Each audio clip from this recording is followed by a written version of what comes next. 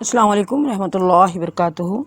ترجمہ سورہ الحاق مکی صورت ہے اور 52 آیت پر مشتمل۔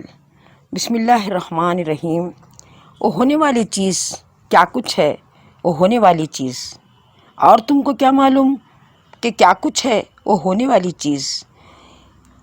اس کھڑکھڑانے والی چیز جس کو سمود اور عاد نے جھٹلایا تھا، سو سمود تو ایک سخت آواز سے ہلاک ہو گئے، اور جو عاد تھے ان کو ایک تیز اور تند ہوا سے ختم کر دیا گیا، مسلط کر دیا تھا اللہ نے اس کو ان پر متواتر 7 رات اور 8 دن۔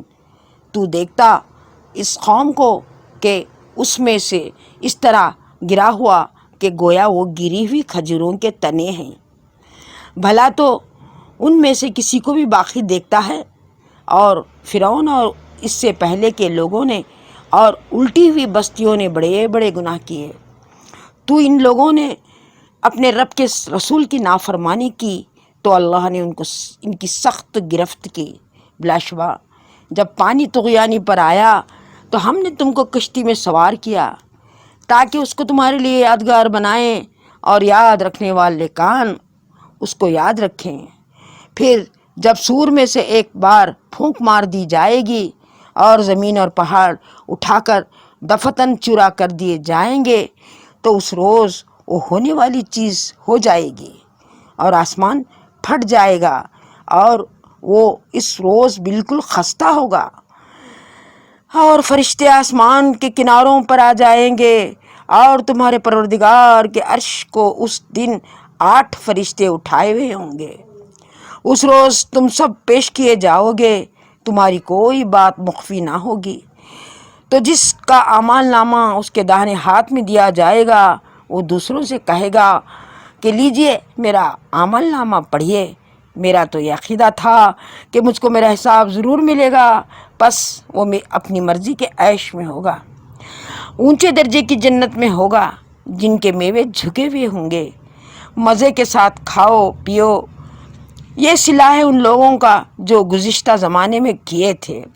اور جس کو اعمال نامہ بائیں ہاتھ میں دیا جائے گا تو کہے گا کاش مجھ کو میرا اعمال نامہ نہ دیا جاتا اور مجھے معلوم نہ ہوتا کہ میرا حساب کیا ہے، کاش موت میرا کام تمام کر چکی ہوتی، میرا مال میرے کسی کام نہ آیا، ہائے میری سلطنت خاک میں مل گئی۔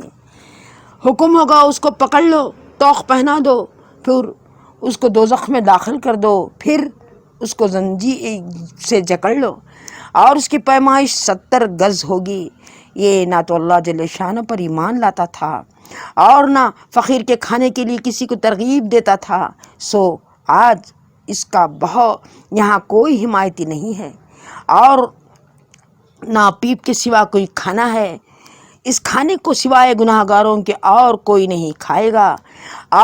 تو قسم ہے ان چیزوں کی جو تم کو نظر آتی ہیں اور ان چیزوں کی جو تم کو نظر نہیں آتی ہیں کہ یہ قرآن پیغام ہے ایک معزز فرشتے کا لایا ہوا، اور یہ کسی شاعر کا کلام نہیں ہے، مگر تم لوگ بہت ہی کم ایمان لاتے ہو، اور نہ یہ کسی کاہن کا کلام ہے، تم بہت کم سمجھتے ہو۔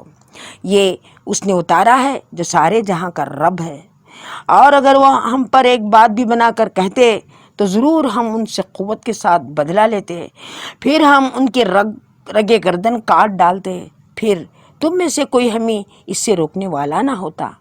اور یہ کتاب تو پرہیزگاروں کے لیے نصیحت ہے، اور ہم جانتے ہیں تم میں سے بعض اس کو جھٹلانے والے ہو، اور بے شک کافروں کے لیے موت جو بے حسرت ہے۔ اور یہ تحقیق یقینی بات ہے تم اپنے رب کے نام کی پاکی بیان کرتے رہو جو بڑی عظمت والا ہے۔